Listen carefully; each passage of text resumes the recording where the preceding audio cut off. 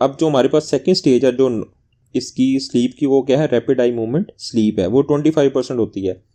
अब यहाँ पे ये बहुत इंपॉर्टेंट है। इसमें क्या होता है, जो मसल्स की टोन है, लॉस ऑफ मोटर टोन हो जाती है, ब्रेन ज़्यादा से ज़्यादा ऑक्सीजन यूज़ कर रहा होता है, और आपको जो जितने भी आपको ड्रीम्स आते हैं बेसिकली वो कहाँ पे आते हैं, वो रैपिड आई मूवमेंट स्लीप में होते हैं। इसमें क्या होता है, इसमें कोई पेशेंट की नींद गहरी नहीं होती जिसकी वजह से उसको ख्वाब आते हैं, और इसमें जो ब्रेन होता है हाई ऑक्सीजन यूज़ कर रहा होता है, और इसमें वेरिएबल पल्स हो सकती है।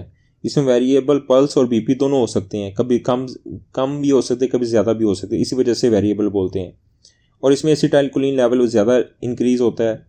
जब उसने बोला कि यहाँ पे देखें, ये एमसीक्यूज़ भी है, जो रैपिड आई मूवमेंट स्लीप है इसमें क्या होता है, ड्रीमिंग होती है, पेशेंट को ख्वाब आते हैं।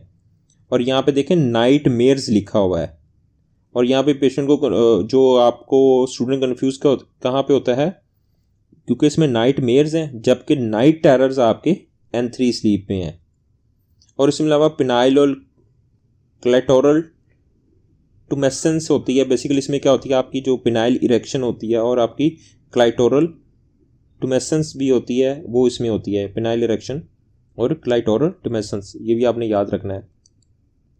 और बेसिकली जो रैपिड आई मूवमेंट स्लीप है, ये बेसिकली कि आपकी जो ये आपको एज आपकी जितनी मेमोरी प्रोसेसिंग होती है, जैसे आपका होता है ना लैपटॉप में प्रोसेसर होता है, इसी तरह जो जितनी भी मेमोरी प्रोसेसिंग हो रही होती है वो रैपिड आई मूवमेंट स्लीप की 25% में हो रही होती है।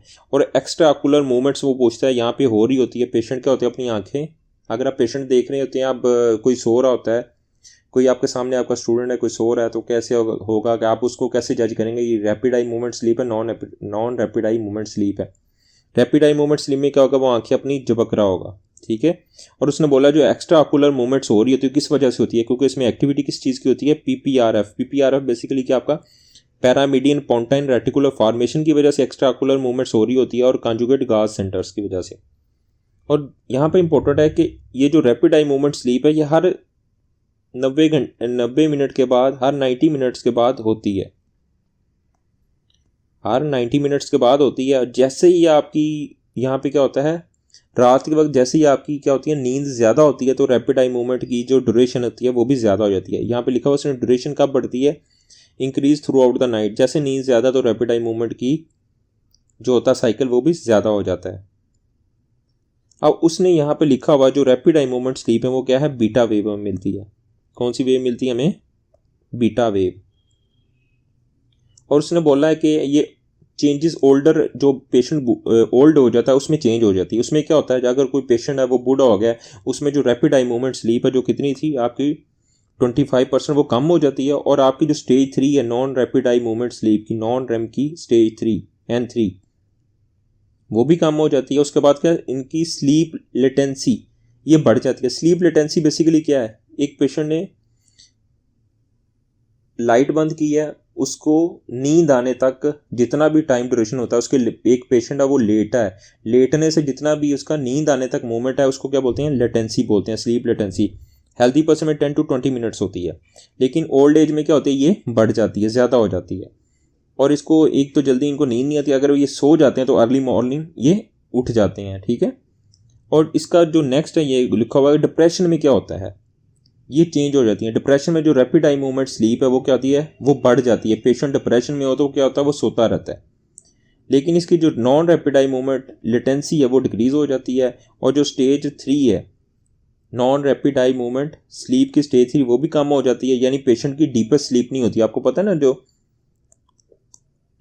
यहाँ पे जो स्टेज 3 है वो बेसिकली क्या है आपकी, ये आपकी डीपेस्ट स्लीप है। तो जो डिप्रेशन होता है उनकी क्या होगी, स्लीप डीप नहीं होती है।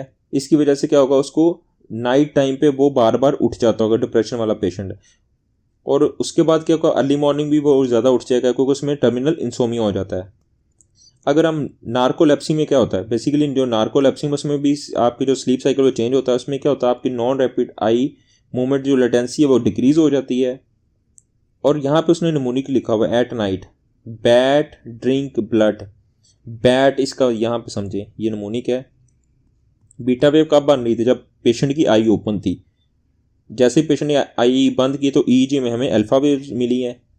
और थीटा वेव कब मिलेंगी, थीटा वेव आपको मिलेंगी आपके जो नॉन रैपिड आई मूवमेंट की स्लीप की स्टेज 1 है वहाँ पे हमें N1 में थीटा वेव मिलेंगी और S स्पिंडल्स कब मिलेंगे N2 में। नॉन रैपिड आई मूवमेंट की स्लीप जो होती है नॉन रैम की उसमें N3 मिलेंगे और आपको डेल्टा वेव कब मिलेगी जब N3 है। नॉन रैपिड आई मूवमेंट की स्टेज 3 में डेल्टा वेव मिलेंगी और बीटा वेव्स कहाँ पे मिलेंगी आपको रैपिड आई मूवमेंट स्लीप में। ये निमोनिक भी है।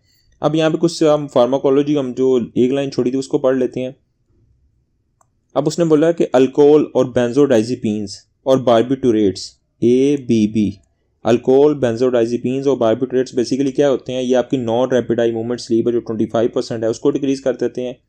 और जो नॉन रैपिड आई जो आपकी बेसिकली जो अल्कोहल बेंजोडाइजिपीन बार्बिटूरेट्स आपकी रैपिड आई मूवमेंट स्लीप जो 25% है उसको कम कर देते हैं। और नॉन रैम की स्टेज 3 है, non rapid eye movement sleep की स्टेज 3 है, इसको भी क्या होंगे कम कर देते हैं। जो आपकी क्या करवाती है डीपेस्ट स्लीप होती है, गहरी नींद, वो भी कम हो जाती है। और जो नॉन एपिनेफ्रिन है ये बेसिकली ये भी क्या करती है आपकी जो ड्रग है ये जो आपकी रैपिड आई मूवमेंट स्लीप है 25% उसको भी कम कर देती है। अब उसने बोला कि बेंजोडाइजिपीन्स हम किस लिए यूज़ करते हैं, ये यूज़फुल होती है नाइट टेरर्स और स्लीप वॉकिंग के लिए। जो अब नाइट टेरर्स और स्लीप वॉकिंग कहाँ पे हो रही थी आपकी N3 में जो 45% थी non rapid eye movement sleep की। ये क्या करवाते हैं बेसिकली जो नाइट टेरर्स और sleep walking basically non rapid eye movement की स्टेज 3 में हो रहे होते हैं जो 45% है, ये बेंजोडाइजिपीन उसको डिक्रीज़ कर देती है। जब उसको डिक्रीज़ हो जाती है तो उसके साथ क्या करती है ये रैपिड आई मूवमेंट स्लीप उसको भी डिक्रीज़ कर देती है। जब दोनों ये डीपर स्लीप पेशेंट की नहीं होगी तो क्या होगा उसमें नाइट टेरर और स्लीप वॉकिंग नहीं होगी।